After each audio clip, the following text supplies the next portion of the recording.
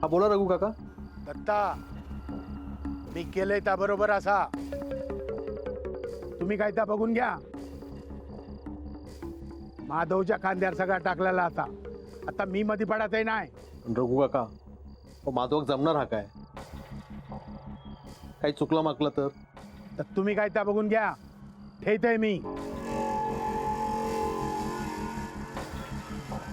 काय म्हणाले रघु काका?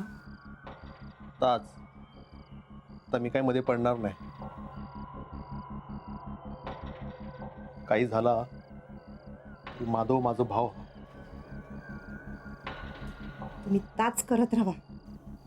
सगळी जण बसून बसून खातील आणि ठेकर देतील.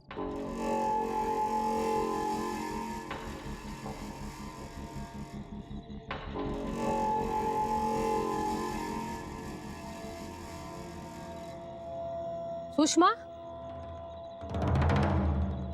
काय गो जेवूचं नाही हा का तुका? काय झालं आज? काय म्हणजे? नाही तू एवढं विचारू केलंस म्हणान म्हटलंय. असं काय करतस गो? एवढी वाईट नाही हा आम्ही. कोण किती चांगला हा आणि काय करता ता माका बरोबर कळतं. जा लवकर घरात जा. कित्या? मी माझ्या आईवांगडा बसलंय. काय झालं घाबरू? येते मी. यमुना, काय चाललेलं हा घरात? आवाज आलेलो.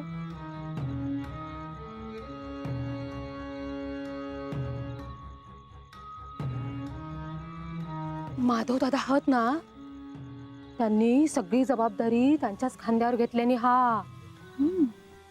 आता देवशेताचा त्यांकाच बघूच लागतला. रघु काका काय नाही बघणार. हा, त्यांनी सांगितलेलं हा. ता माका काय ता कळला. काय हा? आणि तुका कसा कळला? त्या रघु काकांका मी काय ओळखत नाही. ते का जमीन मिळत नव्हती म्हणान त्यांना जबाबदारी दिल्यानी. पण माका वाईट त्या माधवरावांचा वाटतं. लय साधू माणूस हा तो. पण आता त्याचं काय खरा नाही. त्यांच्या जाळ्यात तो अडकलेलो हा आता. आणि निलिमा वहिनी पण वाचूचे नाही आता.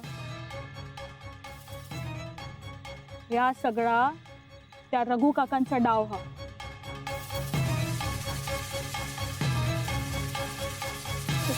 येते मी. येते.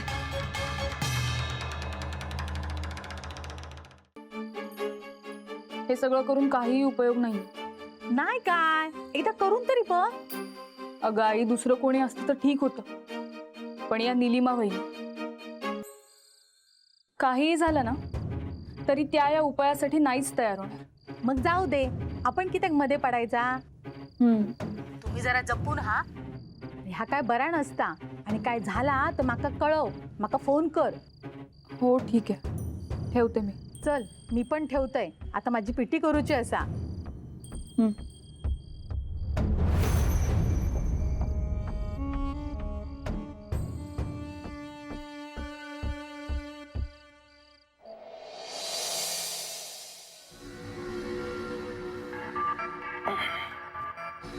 दत्ता, अरे निलिमाचा काय तर बघू वया. असा अचानक आजारी पडला. पण आहे कोणाक सांगायचा. या सगळ्यात ना रघु काकाने पण हार उतार केल्याने. मग हे काय करूच नाही काय. आहे पोहे घे.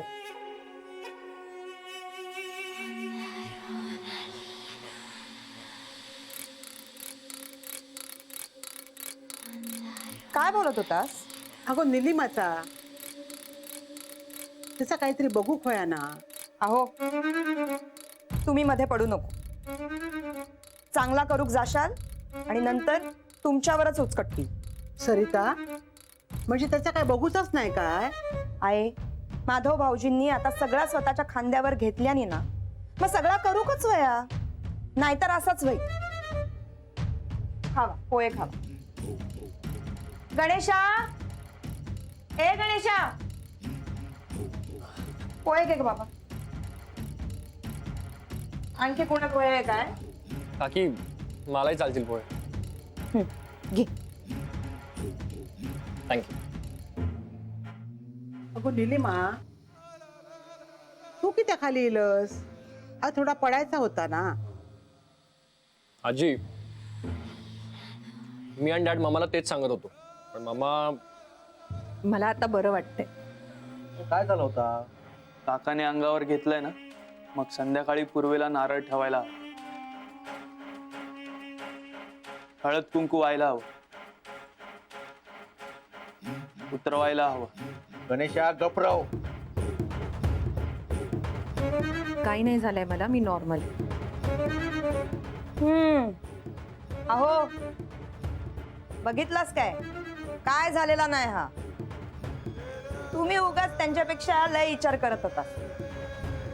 सरिता, देविका, चाय आण गो. अरे वा, पोहे. वा वा. हा.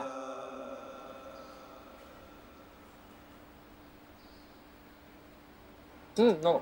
अरे माधवा, हा. एकदा काय तर बघून घेऊया रे आपण. कशात काय?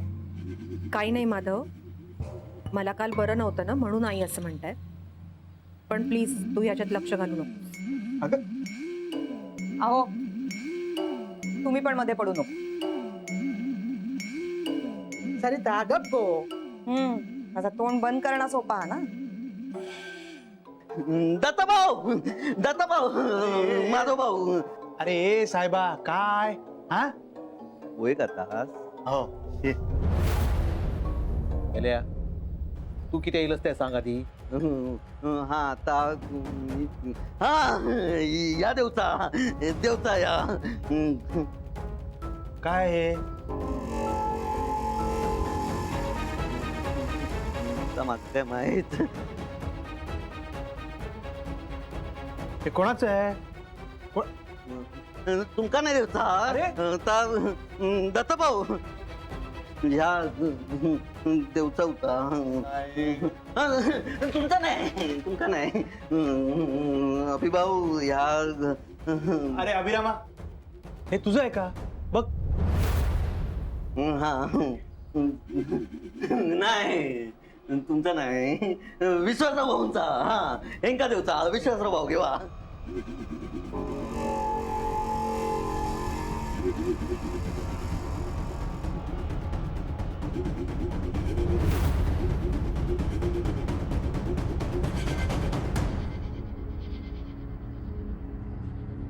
पांडू,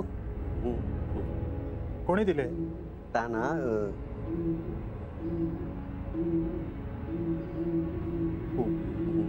विश्वासराव भाऊ विसरलंय. काय हा?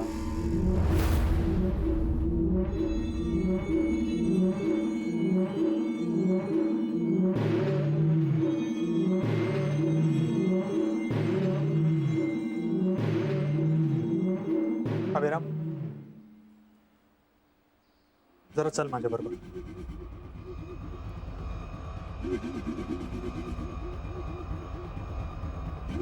त्या काय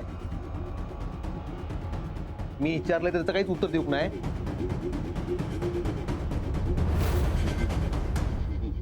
आता कोणच माझ्यासाठी काही एक करूचा नाही. तू सुद्धा जर लवकर काय केलंच नाही तर एकतर मी पळून जातले, नाही तर जीव देतले.